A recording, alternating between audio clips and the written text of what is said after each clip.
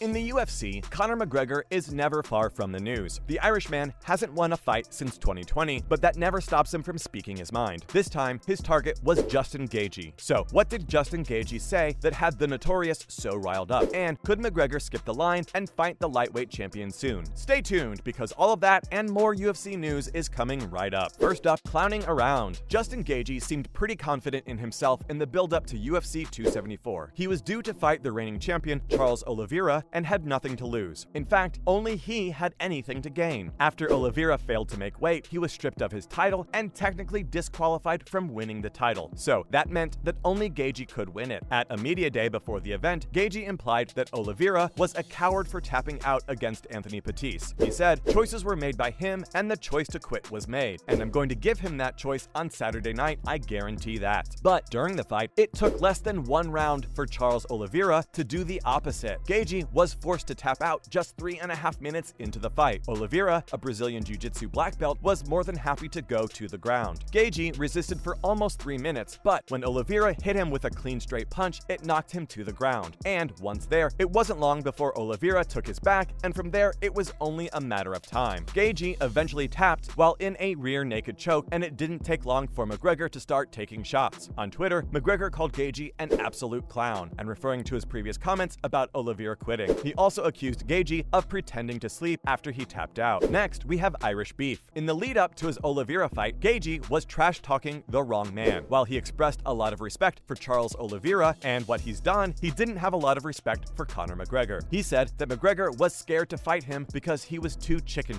Gaethje pointed out that after Gaethje knocked Donald Cerrone out, McGregor chose to fight Cerrone instead of Gaethje. Gaethje said that he would make McGregor disappear from the sport. A Justin Gaethje versus Conor McGregor fight would no doubt be entertaining, but someone with the influence that McGregor has is able to call a lot of the shots. Right now, McGregor is in recovery after he broke his leg fighting Dustin Poirier, but that hasn't stopped fighters from calling him out. Michael Chandler was the first to mention him in his post-fight interview at UFC 274 after he knocked out Tony Ferguson, and McGregor got another mention that night by the man of the moment, Charles Oliveira, who asked if Conor was going to come back or run away. Oliveira went even further than that later on and claimed that he could beat both McGregor and Nate Diaz on the same night. McGregor responded to both callouts on Twitter. He congratulated Chandler for his win and said that he would be keen for a matchup at some point. For Oliveira, he was less sure. He said that he'd love to fight the Brazilian, but is not sure that he is willing to cut the weight. In trademark McGregor comedy, he said that he's enjoying being built like a refrigerator. And now, hard as F. In the moments after tapping out, Gaethje was already giving respect to the man who bested him. In the Thrill and the Agony series released after the event, he can be seen telling Oliveira that he hits hard as F. He followed that up on Twitter by thanking his fans and sending his congratulations to Charles Oliveira. Other than that, he hasn't said much about the loss. But Rafael Fiziev wasn't about to give him any resting time. Fiziev is fighting Rafael dos Anjos at UFC Vegas 58 in July and is already making plans for the future. He told Submission Radio that he envisions one more fight before he thinks he deserves a title shot. If he beats Dos Anjos, then Fiziev sees Gaethje as the most logical next opponent, and he's certainly not scared of him. He made fun of how Gaethje said that he would make hell for Khabib. He also said that if he were to fight Gaethje, it would be paradise for him. Normally, you have to win the fight first, but I guess there's nothing wrong with long-term planning. But it's not hard to see why he's so confident. He has had 5 back-to-back wins and has his eyes on climbing the division. At number 10 in the rankings, beating someone like Gaethje would be a big boost. Exactly how much does a McGregor fight generate? And who lost more than $400,000 on the Gaethje versus Oliveira fight? Don't go anywhere, because that's all coming up next. Next, big losers. It seems like everyone lost something at UFC 274. Justin Gaethje lost the fight, and with it, probably his hopes of a title shot anytime soon. And even the victor, Charles Oliveira, lost in a way. He may have won the fight, but he was stripped of the championship belt for not making weight. Fans reacted angrily to this news. UFC president Dana White said that while he's technically not the champion, he's sure that in the minds of the media and fight fans, Oliveira is the champion. But there was another big loser from UFC 274, and it wasn't any of the fighters. In the build-up to the event, rapper Drake bet $427,000 on Justin Gaethje to win the fight. If it won, it would have netted the Grammy Award winner $1 million.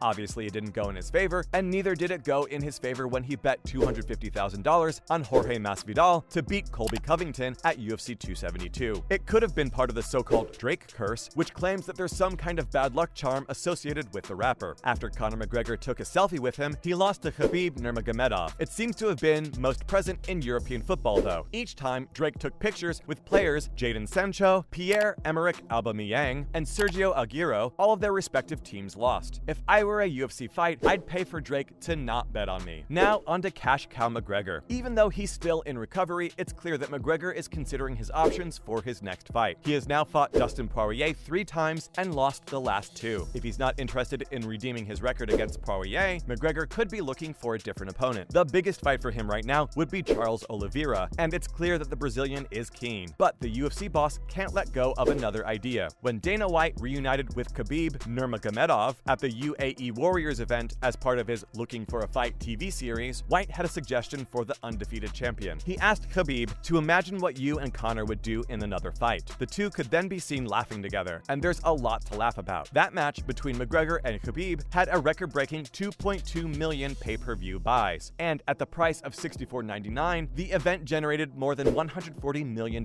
for the UFC. That's why Dana is desperate to keep McGregor going in the sport, even if he hasn't won in a while. Out of the top 5 highest pay-per-view sales events in the UFC, McGregor was featured in all of them. The Irishman is a money-making machine, and all of the fighters know it too. That's why he's got 2 separate callouts at UFC 274. Finally, living the life. At the moment, McGregor has other things to do than fight in the octagon. It may be where he made a name for himself, but it's not the only place he made his money. After launching his own alcohol brand, Proper 12, a few years ago, he sold his majority stake for $600 million.